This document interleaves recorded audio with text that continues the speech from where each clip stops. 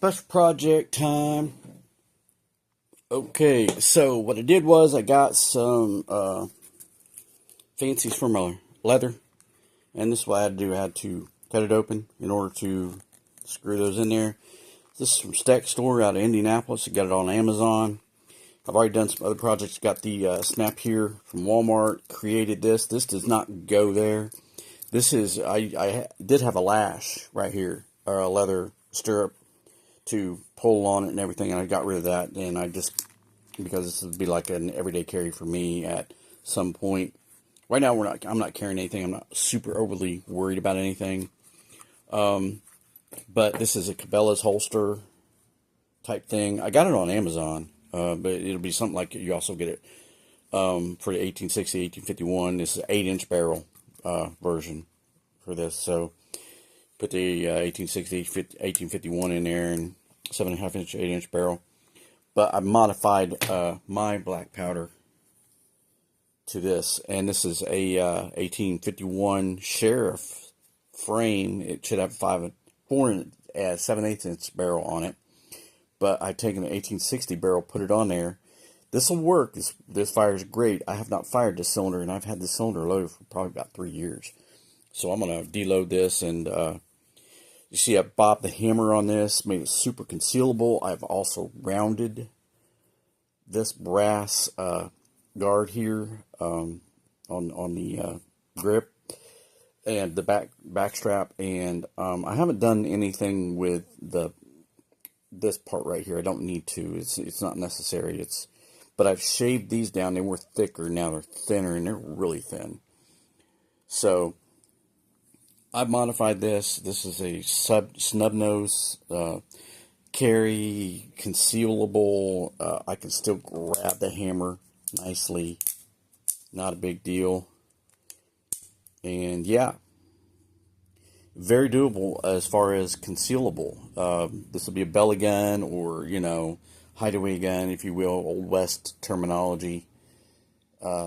So it works great. I blued the barrel. I stripped that all the way down and reblued it, and you should be able to tell that if you know what you're looking at.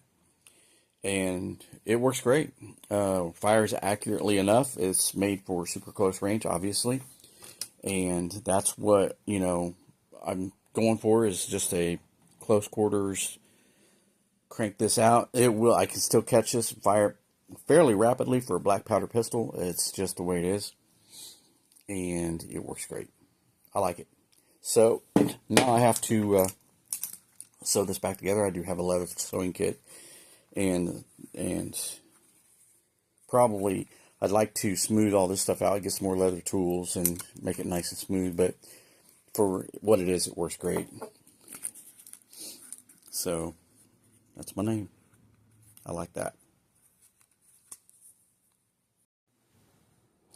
Alright, so if you know how to sew leather, so you're not going over the edge, you're taking 2 through the loops, alternating, going all the way up. As you see, I've already done more than half of it. And this is a different color thread, but I'm going to go back in and rebrown everything with some Fibeling's leather dye. I use the dark brown like I always do. It's just the color, natural color. Blends in really well to the surrounding terrain.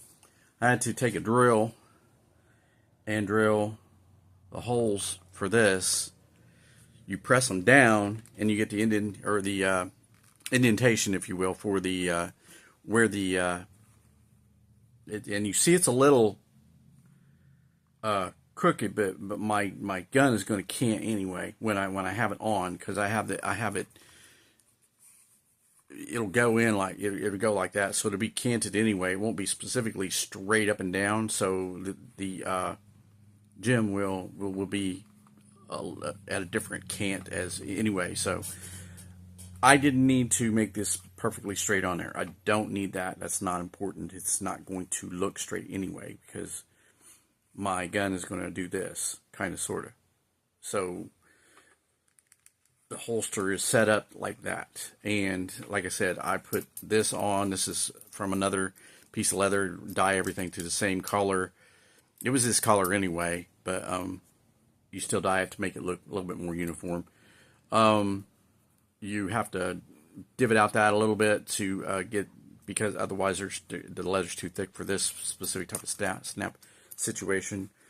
And you can tell the thickness of the leather from this to this on the holster itself, because this is, like I said, from another piece of leather scrap that I bought at the Hobby Lobby way over yonder.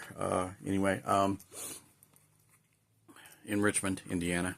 I'm not from there, but not far from there. Anyway, I used super glue, but it didn't hold here. But down through here, and I put needles through, as you can see, needles here, to line everything up so that way I wouldn't need to really have any issues with misalignment. But I still went ahead and drilled holes through everything with this drill bit, so that way I had everything perfectly aligned, and checked it with this, and that really wasn't long enough, so I just make sure the needles go through. You resize everything with this if you need to, but the needles work really well. I got a curved and a straight. I need to get some more curved ones for leather, because I do leather projects all the time. I just don't really display them. This is really the only one I think I've ever displayed. I have another holster just like this with Jim on it, and a bunch of other stuff. So yeah, this is the other holster with Jim on it and some spots, and I did that cascading downward. Got the rattlesnake on there. It's an 1860 with an 1851. This is the barrel from the 1851 brass frame, which is over here. And I just swapped barrels and cut this one short and did all the work on it, as you already seen. And this one here is just the regular 1851. Well, 1860 with 1851 4 7/8 inch barrel, and works great. But I got the rattlesnakes on there. Not real great in carving that in there, but you know, it's me, so I did good enough. Today we have the finished holster, and I'll dye this out and get everything nice and 5x5 on this the way it was before I took it apart, and we will be good to go. Thanks for watching.